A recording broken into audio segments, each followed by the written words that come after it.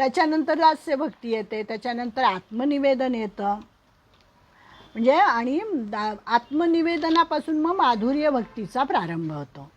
ज्यांच्या कर्माला, मनाला, वचनाला केवळ श्रीराम हीच गती आहे, जे कामनारहित होऊन भजन करतात त्यांच्या हृदयात श्रीरामांचा निरंतर निवास असतो. जेवढी कर्मे करावीत ती रामाप्रित्यर्थ.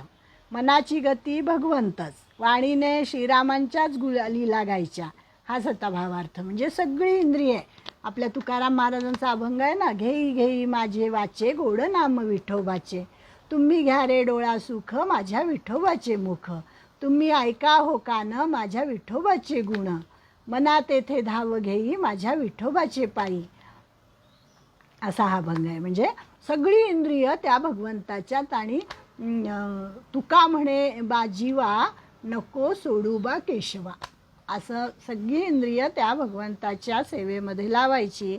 त्याला त्यांनी म्हटलेलं आहे पराभक्ती. म्हणजे भक्तीचा गौरव असा आहे की संतांच्या कृपेशिवाय ती प्राप्त होत नाही. आणि म्हणून पहिल्यांदा संत संगती असं म्हटलेलं आहे.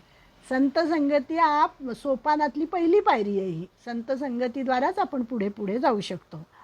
मग संत संगती आणि त्यानंतर संत ईश्वराच्या कृपेने लाभतात आपल्याला. ईश्वराची कृपा आपल्यावर झाली पाहिजे. ईश्वराचे दर्शन पुण्य मिळवल्याने लाभते, म्हणजे पुण्य करायला पाहिजे. आणि पुण्य हे सदाचाराने लाभते, म्हणजे सदाचार म्हणजे आचार शुद्ध पाहिजे. आणि मानवाने सदाचारी का असावे याचे उत्तर भक्तीमध्ये आहे. म्हणजे लहानपणापासून जे आपल्याला शिकवतात की चांगलं वागावं, चांगलं बोलावं, कोणाचाही द्वेष करू नये, कोणाचाही मत्सर करू नये, तर ह्या सगळ्याचं उत्तर की आपल्याला त्या भगवंताचं प्रेम प्राप्त होतं, त्याची भक्ती करता येते आणि त्याच्यापर्यंत जाता येतं. म्हणून सदाचार हा पहिला पाया सांगितलेला आहे त्यांनी. म्हणजे भक्तीचा मार्ग हा ज्ञानापेक्षा सुलभ आहे. गौणी भक्तीचा प्रारंभ प्रत्येक मानवाला खुला आहे. या उलट ज्ञानपंथ म्हणजे जणू खडगाची धारच आहे. ज्ञानयोग अवघड आहे. ज्ञानयोग प्रत्येकजण काही करू शकत नाही, पण भक्तियोग मात्र सुलभ आहे. भक्ती मात्र कुणीही कसाही करू शकतो, असं त्यांनी सांगितलेलं आहे. म्हणून म्हटलं की आज म्हणजे सगळं हे भक्तीचं कीर्तन मला फारच आवडलं. त्यांनी छान सांगितलं आहे. भक्ती आणि ज्ञान यात वस्तुतः पारमार्थिक भेद नाही. दोन्हीही भवताप दूर करतात. ज्ञानही या भवताप म्हणजे काय? भव म्हणजे संसार. या संसाराचा ताप, आपल्याला 3 प्रकारचे ताप असतात ना, आध्यात्मिक ताप, अधिभौतिक ताप, हे सगळे ताप दूर करणं. आणि ह्याच्यापासून कोणीही सुटलेला नाही आहे, प्रत्येकाला हे ताप असतातच. तर ते दोन्हीही भवताप दूर करतात. ज्ञानही दूर करतं, भक्तीही दूर करते. पण ज्ञान, वैराग्य, योग, विज्ञान हे सर्व पुरुष आहेत. हां, इथे आता वेगळंच त्यांनी छान सांगितलं आहे की ह्या सगळे पुलिंगी आहेत ना हे शब्द. ज्ञान, वैराग्य, योग, विज्ञान हे सर्व पुरुष आहेत. आणि पुरुषाचा प्रताप प्रबल असतो. पण माया कशी आहे? माया स्त्री आहे. माया स्वभावतः निर्बल आणि जन्मतः जड आहे. माया आणि भक्ती दोन्ही स्त्रिया आहेत. ती भागवतातली गोष्ट आपल्याला माहिती आहे ना, की भक्ती देवीची कथा, की नारद फिरत असतात असेच, आणि फिरता फिरता ते वृंदावनात जातात. तिथे त्यांना भक्ती म्हणजे ही अतिशय सुंदर असलेली स्त्री आणि तिच्याबरोबर तिचे 2 पुत्र. आणि ते पुत्र कसे? म्हातारे, वृद्ध पुत्र, आणि त्यांची माता मात्र तरुण. तेव्हा नारद मुनी तिला विचारतात की कोण आहेस बाई तू, आणि तुझे कोण आहेत 2 जण तुझ्यावर म्हातारे पुरुष?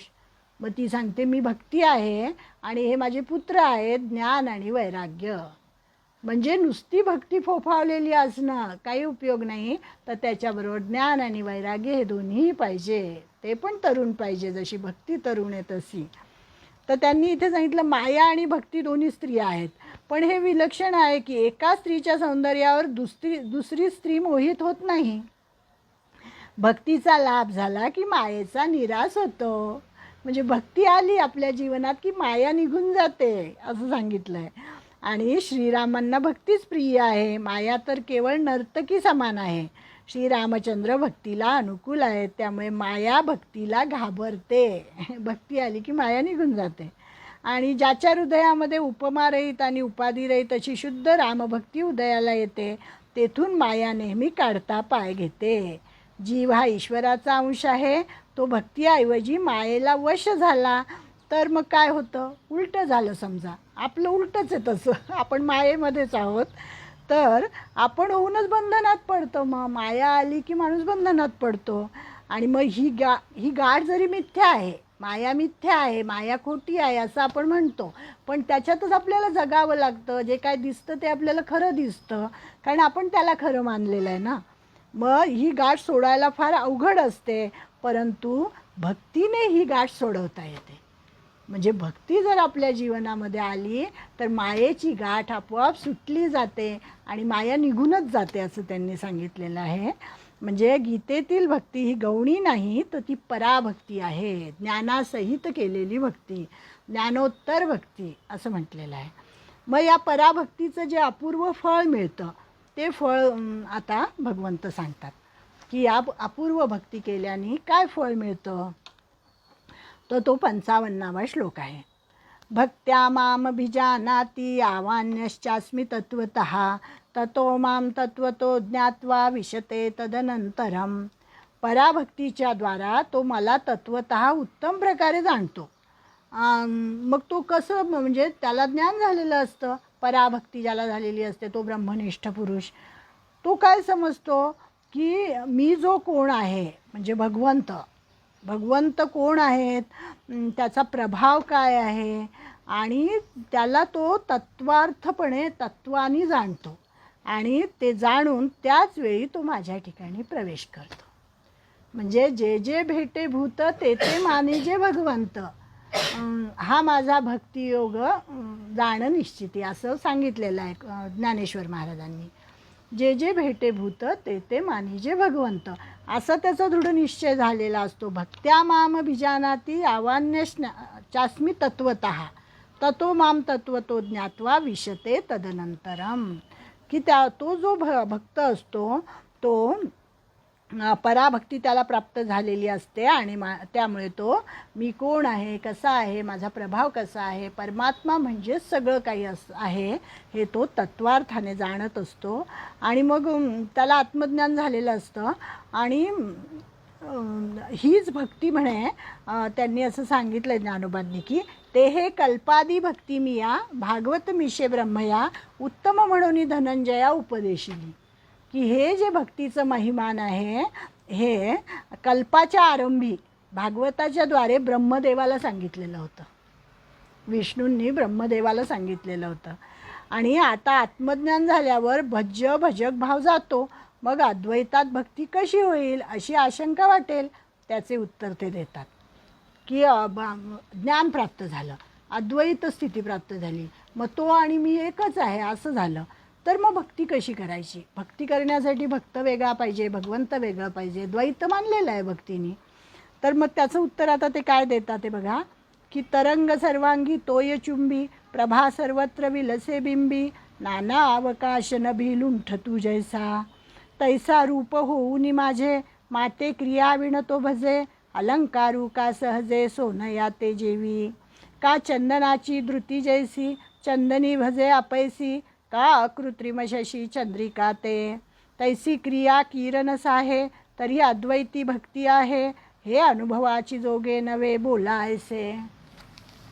ज्ञानेश्वरीमधल्या 11व्या अध्यायामध्ये त्यांनी सांगितलं हे भक्तीची की ज्ञान आणि भक्ती, ज्ञानी जो असतो, ज्ञानोत्तर भक्ती ज्याला प्राप्त झाली त्याच्यामध्ये जर अद्वैत झालं तर मग कसं करायचं, म्हणजे भक्ती कशी करायची, तर मग ती भक्ती त्याला कशी प्राप्त होते.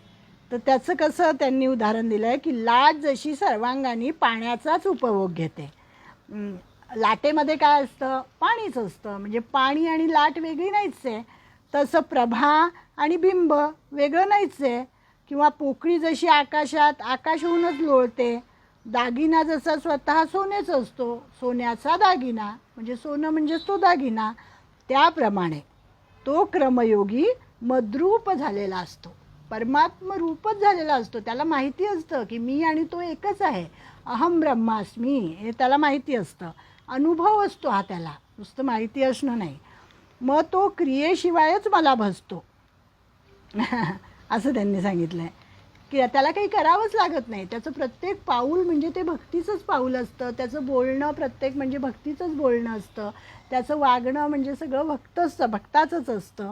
म्हणजे जसं चंदनाचा सुवास जसा चंदनाला स्वभावतः भसतो अथवा चांदणे जसे स्वभावतः चंद्राला भसते, त्याप्रमाणे अद्वैतामध्ये क्रिया करणे खरोखर जरी सोसत नाही तरी अद्वैतात भक्ती आहे. ही गोष्ट अनुभवानेच पटण्यासारखी आहे, बोलण्यासारखी नाही. बोलता येत नाही हे, की हे अनुभवाने म्हणजे जे संत होते ते, आता एकनाथ महाराज समजा गृहस्थाश्रमी होते, आपल्यासारखाच गृहस्थाश्रम त्यांनी केला, त्यांनाही बायको होती, मुलं होते, संसार होता, पण ते भक्त होते, उत्तम भक्त होते आणि अद्वैत होते. म्हणजे करत जरी सगळं असले तरीसुद्धा करून अकर्ता होते. तसं त्यांनी सांगितलं आहे की ही जी भक्ती आहे ही अनुभवानेच पटण्यासारखी आहे, बोलण्यासारखी नाही. म्हणजे उत्तरोत्तर आत्मोन्नत होऊन भक्त शेवटी ईश्वररूप कसा होतो याचाही सोपान तुलसीदासांनी सांगितलेला आहे, जो आपण मघाशी पाहिला. मग भक्ताची लक्षणं आणि प्रकारही त्यांनी सांगितले तिथे. भक्ताची अत्यंत सुंदर लक्षणे आणि अयोध्याकांडामध्ये वाल्मिकींच्या तोंडी घातलेली आहेत. भक्त होण्यासाठी मानवाला विषयापासून विरक्त व्हावे लागते. आपलं हे सगळं पाठच व्हायला पाहिजे खरं तर इतकं. त्याशिवाय जीवात्म्याला पारमार्थिक जाग येत नाही. विषयापासून विरक्ती म्हणजे परमार्थ. ज्यावेळी प्रभू रामचंद्र वनवासात गेले त्यावेळी त्यांच्या वाट्याला असे दुःख आलेले पाहून निषादाला अत्यंत दुःख झाले.